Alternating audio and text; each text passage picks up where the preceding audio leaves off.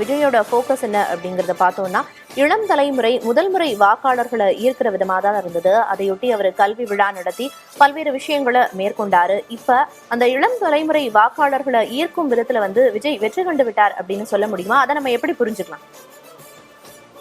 நிச்சயமாக இப்போ இளம் தலைமுறைகள்ல பெரும்பகுதியினரை விஜய் அவர்கள் ஈர்த்துட்டாரு. அது உண்மையிலே அது அவருடைய ஒரு வெற்றி சூத்திரம் அப்படின்னு தான் நம்ம பார்க்கணும்.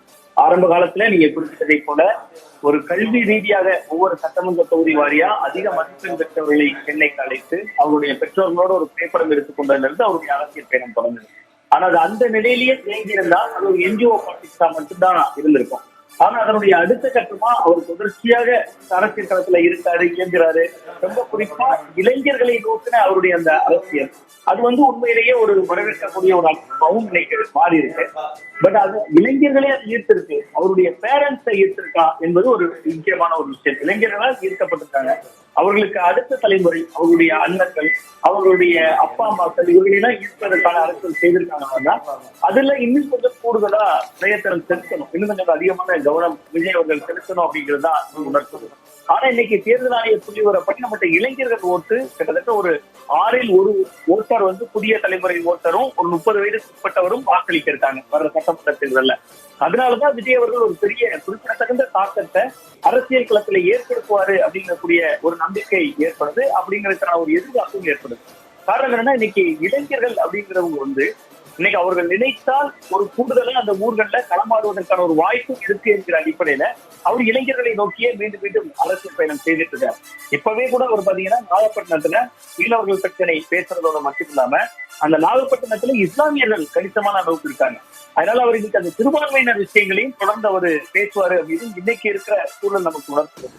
ஏன்னா அந்த நாகப்பட்டினம் தொகுதியினுடைய சட்டமன்ற உறுப்பினரை விடுதலை சிறுத்தைகள் கட்சியை சேர்ந்தவங்க சிறுபான்மை சமூகத்தை சேர்ந்தவர் தான் இருக்காரு. ஆலோசனை அவர்கள் இது சிறப்பாக செயல்படக்கூடியவர். அதே போன்று அதற்கு முன்பும் அண்ணா திராவிட முன்னேற்ற கழக கூட்டணியில தமிழ் முன்சாரி அவர்கள் தான் அந்த தொகுதியில சட்டமன்ற உறுப்பினராக இருந்தார்.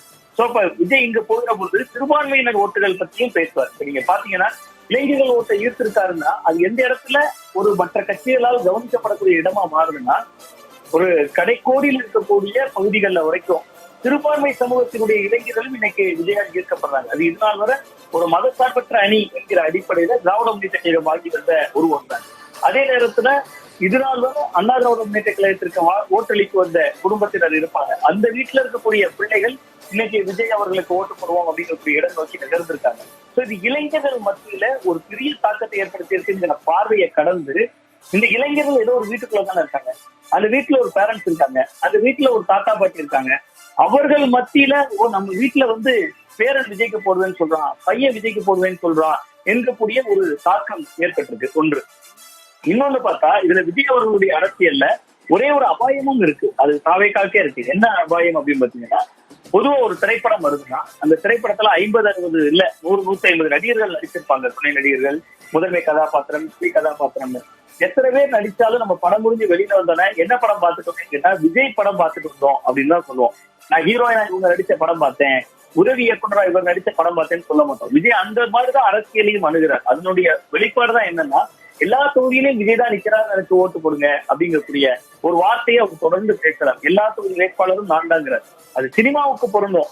150 பேர் சேர்ந்து நடிப்பார்கள். என்ன படம் பார்த்துட்டு வந்தேன்னு கேட்டா விஜய் படம் பார்த்துட்டு வந்தேன்னு நம்ம சொல்லுவோம். ஆனா அரசியல் அப்படி இல்ல. உள்ளூர் முகங்களுக்கு ஒரு வேல்யூ இருக்கு. இப்ப இளைஞர்கள் கூட்டம் இவர் பின்னால் இருக்காங்க.